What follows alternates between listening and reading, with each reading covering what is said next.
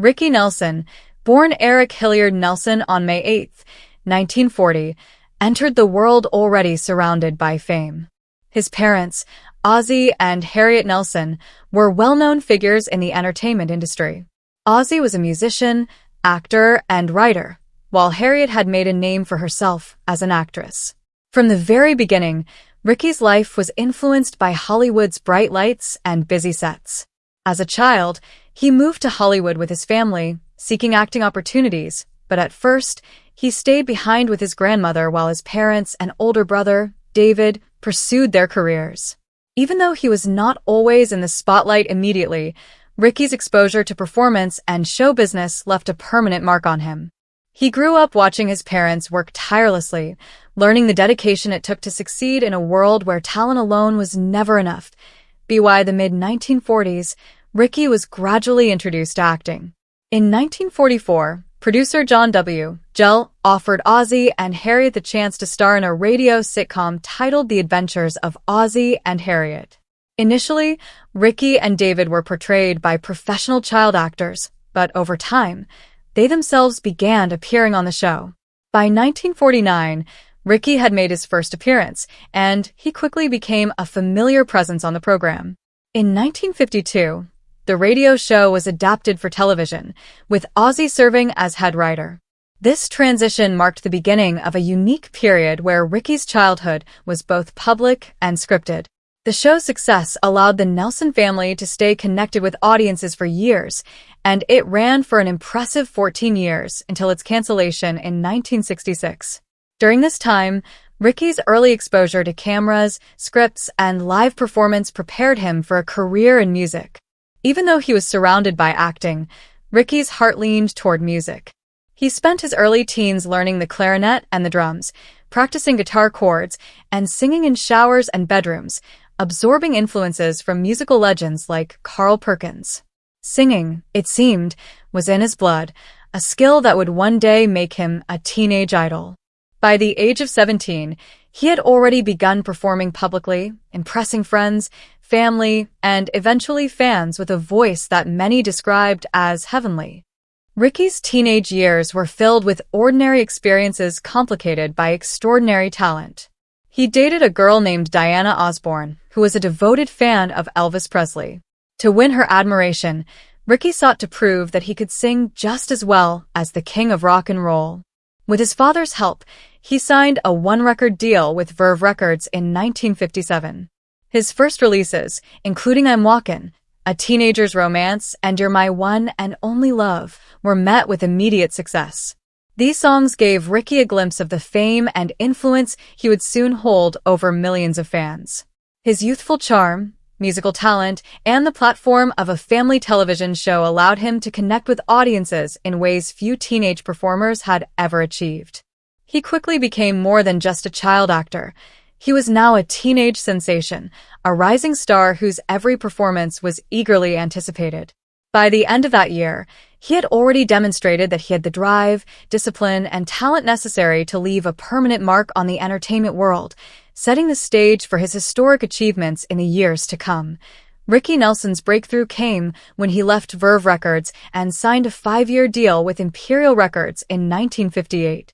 This move would prove pivotal in shaping his musical career. His first major hit under Imperial, Poor Little Fool, released in June 1958, became the very first song to reach the #1 spot on Billboard's newly established Hot 100 chart. This achievement was groundbreaking and cemented Ricky as a leading figure in the music industry at a time when rock and roll was rapidly transforming American culture. The song's success brought him nationwide recognition, and he began appearing on radio programs, television shows, and live concerts across the country. Audiences marveled at his ability to combine the charm of a television actor with the voice of a genuine musical talent. Unlike many of his contemporaries, Ricky Nelson's fame was not fleeting. He had built a foundation that would sustain him through the unpredictable shifts in musical trends. The early 1960s were a period of both triumph and challenge. In 1963, after his contract with Imperial ended, Ricky signed a 20-year deal with Decca Records, solidifying his professional future. By this time, he had already recorded dozens of popular songs and earned acclaim from critics and fans alike. However, the musical landscape was changing rapidly. The British invasion, led by the Beatles, began to dominate the charts in 1964. Despite Ricky's impressive record of hits and 30 top 40 songs to his name, his popularity began to decline in the face of this new wave of musicians. This shift was a significant blow to Ricky, whose teenage idol status was being challenged by fresh talent from across the Atlantic. While many artists struggled to adapt, Ricky demonstrated resilience by shifting his focus toward country music. He explored new sounds and experimented with country rock, a genre that would later define part of his legacy. Though his audience initially resisted this change, Ricky's willingness to innovate reflected his dedication to artistic growth rather than simply chasing commercial success. During these years, Ricky also faced the pressures of personal life. Near the end of 1961, he began dating Kristen Harmon, daughter of football star Tom Harmon and actress Elise Knox. Their relationship quickly became serious, and within 2 years, Kristen became pregnant, leading to marriage. The couple had 4 children together, but their union faced multiple challenges over the years. By 1980, Kristen filed for divorce, and it was finalized in December 1982. Legal fees and accounting costs drained Ricky of over $1 million, adding financial stress to an already complicated personal life. Despite these hardships, Ricky's resilience and passion for music remained intact. In 1980, he met Helen Blair, a part-time model, and they formed a relationship that brought him some personal happiness, although it too was short-lived due to the tragic events that would follow. By the end of 1985, Ricky Nelson was performing live once again, demonstrating his enduring appeal. He and his band, the Stone Canyon Band, had finished 2 consecutive nights of concerts in Guntersville, Alabama, and were scheduled to perform at the Park Suite Hotel in Dallas, Texas, on December 31, 1985. Ricky owned and operated a Douglas DC-3 plane which he used to travel with his band. On the morning of December 31st, Ricky, Helen Blair, and 5 band members arrived at Guntersville Airport, ready to depart for Dallas. The aircraft was loaded with luggage and musical instruments, and the crew ensured that it was serviced before departure. At 1 p.m., the plane took off from Guntersville, heading toward Love Field in Dallas. The flight seemed routine at first, but shortly after takeoff, an unusual situation arose.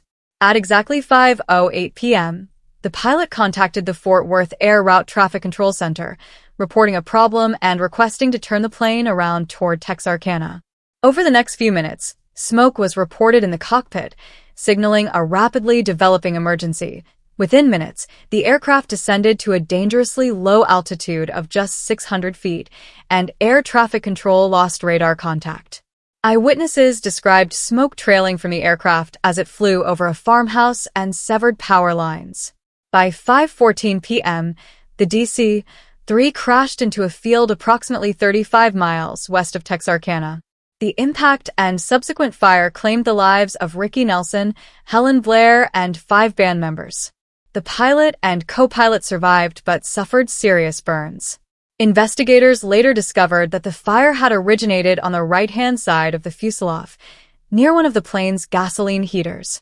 Despite thorough investigation, the exact cause of the fire could not be conclusively determined.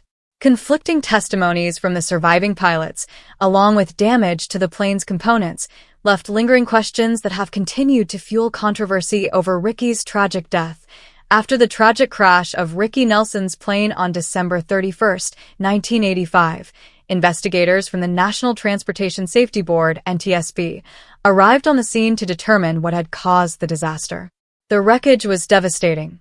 The plane, a Douglas DC-3, had crashed in a field 35 miles west of Texarkana, Texas, leaving behind twisted metal and scorched earth. 7 passengers, including Ricky Nelson and his partner Helen Blair, had lost their lives, while the pilot and co-pilot survived but sustained severe burns. From the very beginning, the investigation was complicated because the plane had been engulfed in flames, destroying much of the evidence needed to determine the cause. Despite these challenges, The NTSB and other investigators worked tirelessly, conducting interviews, analyzing debris, and trying to reconstruct the final moments of the flight. The most intriguing and controversial detail emerged quickly. The fire had originated on the right-hand side of the fuselage, precisely where one of the plane's gasoline heaters was located. The gasoline heaters were an essential part of the DC-3, providing warmth during flights, but they were also inherently risky due to the presence of fuel lines and electrical components. Investigators found visible damage on the heater's air duct and fire shield, but because the flames had destroyed most of the heater's components, it was impossible to conclusively determine whether it had caused the fire. Complicating matters further, the only surviving members of the flight, the pilot and co-pilot, gave contradictory testimonies about the heater's operation. The pilot claimed that he noticed smoke near the heater while checking on passengers mid-flight and attempted to use the manual fire extinguisher. He also said he opened the cabin's fresh air inlets, inadvertently feeding more oxygen to the fire. By the time he returned to the cockpit, the situation had worsened beyond control. In contrast, the co-pilot claimed that the heater had been malfunctioning, requiring them to turn it on and off several times during the flight. He stated that when the pilot entered the cabin to inspect it, he refused to interfere with the heater, believing it was unsafe to adjust it while the plane was airborne. These conflicting accounts made it nearly impossible to determine exactly who did what or how the fire had escalated so quickly. Eyewitness reports added more detail, but also more questions. People on the ground saw smoke trailing from the aircraft as it descended. The plane severed two power lines and flew dangerously low before crashing, highlighting the speed at which the fire had spread and the crew's inability to regain control. The NTSB ruled out engine failure as the cause of the fire, further focusing attention on the heater. Some experts suggested that careless smoking on board could have contributed, but there was no definitive proof. Investigators also noted several procedural mistakes during the emergency. The crew did not use supplemental oxygen. Manual fire extinguishers were available but never deployed, and the fresh air vents were opened instead of being closed, which likely intensified the flames. Each of these factors combined to create a situation that rapidly became uncontrollable. Despite these efforts, the cause of the fire remains a subject of debate even decades later. Some believe the heater's malfunction was the primary culprit, while others point to human error or a combination of both mechanical failure and procedural mistakes. The pilot repeatedly told the co-pilot after the crash, "Don't tell anyone about the heater," which added an element of secrecy and fueled speculation. This statement, along with the contradictory testimonies and destroyed evidence, has kept conspiracy theories alive about Ricky Nelson's death.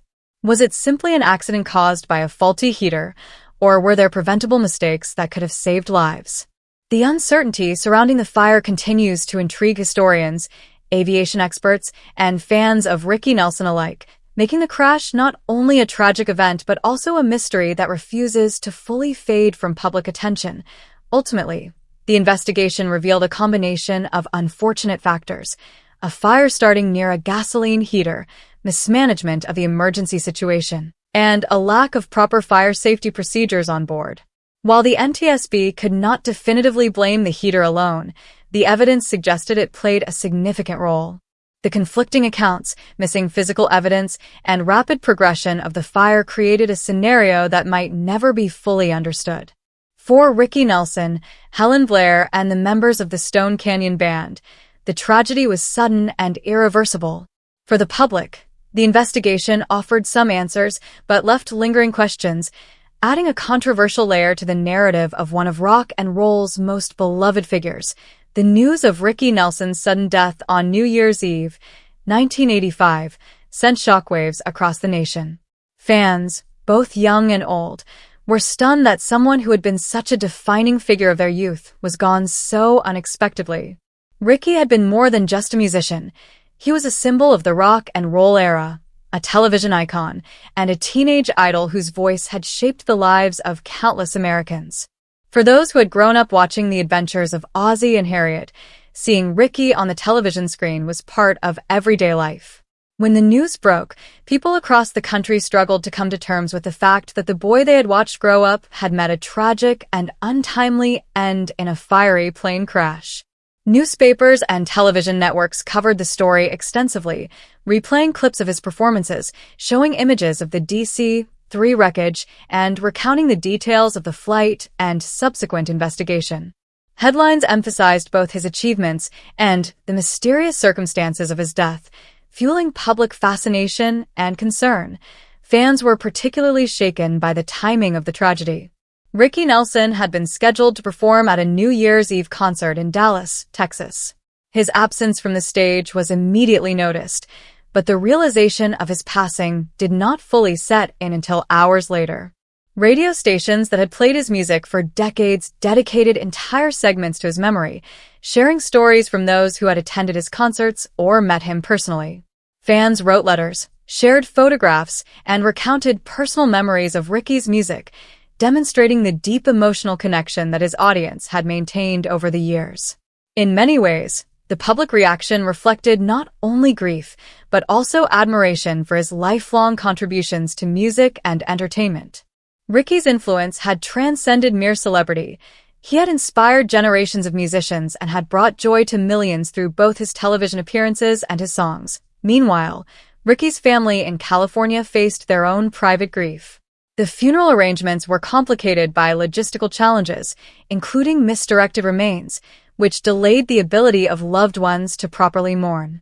When his remains finally arrived, friends, family, and close acquaintances gathered to pay their respects. On January 6, 1986, a funeral service was held at the Church of the Hills in Los Angeles. The ceremony was attended by approximately 250 people, including fellow actors, musicians, and industry figures who had known Ricky personally. Among those present were well-known celebrities such as Connie Stevens, Angie Dickinson, and Colonel Tom Parker, reflecting the breadth of his influence and the high regard in which he was held by his peers. The service combined solemn remembrance with celebration of Ricky's life, acknowledging both the tragedy of his early passing and the impact he had made in his 45 years. His casket was later laid to rest at Forest Lawn Memorial Park, a resting place for many of Hollywood's most beloved figures. The funeral was widely covered by the media, with photographs and video footage appearing in newspapers and on television, further allowing the public to participate in collective mourning. In addition to the immediate mourning, the public and media also reflected on Ricky's legacy and the lessons of his life. Critics and historians highlighted his pioneering role as a teenage idol who successfully crossed over from television to music, establishing a model that countless performers would follow. Fans remembered his first #1 hit, Poor Little Fool, and subsequent successes, noting how he had shaped the sound of rock and roll while later embracing country rock in ways that few of his contemporaries had attempted. Radio stations continued to play his music, often dedicating special hours or segments in tribute, ensuring that his songs remained present in the hearts of listeners even as they grappled with grief. Articles and documentaries explored not only his career highlights, but also the tragic circumstances of his death, including the mysteries surrounding the plane crash and the conflicting accounts of the surviving pilots. These stories reinforce the sense that Ricky Nelson's life had been remarkable but unfinished, leaving fans to imagine what more he could have achieved had he lived. The public reaction also reflected the enduring emotional connection fans had to Ricky as a person, not just as a performer. Many recalled moments of innocence and nostalgia associated with his music and television appearances, highlighting the personal role he had played in their formative years. The grief was not just about losing a celebrity, it was about losing someone who had felt like a constant presence in their lives. From teenagers who had first fallen in love with his music in the 1950s to older audiences who had watched him grow up on television, people across generations experienced the loss collectively. The funeral, tributes, and media coverage provided an outlet for public mourning, while at the same time solidifying Ricky Nelson's place in cultural memory. His death marked the end of an era in rock and roll history, a reminder of both the brilliance and the fragility of a life spent in the public eye. Ricky Nelson was more than just a teenage idol or a television star. He was a musician who helped shape the evolution of American popular music. His career spanned decades, beginning with early rock and roll hits in the 1950s and later moving into country rock in the 1960s and 1970s. He was among the first performers to successfully bridge the gap between television and music, using the platform of his family show, The Adventures of Ozzie and Harriet, to promote his songs to millions of viewers. This approach was revolutionary at the time, establishing a template for future stars to follow. By combining a clean public image, undeniable talent, and an understanding of audience engagement, Ricky set a standard that many artists have emulated since. He proved that a teenage performer could maintain artistic integrity while reaching a broad audience, balancing commercial success with genuine musical influence. One of Ricky's most significant contributions was his ability to adapt to changing musical landscapes.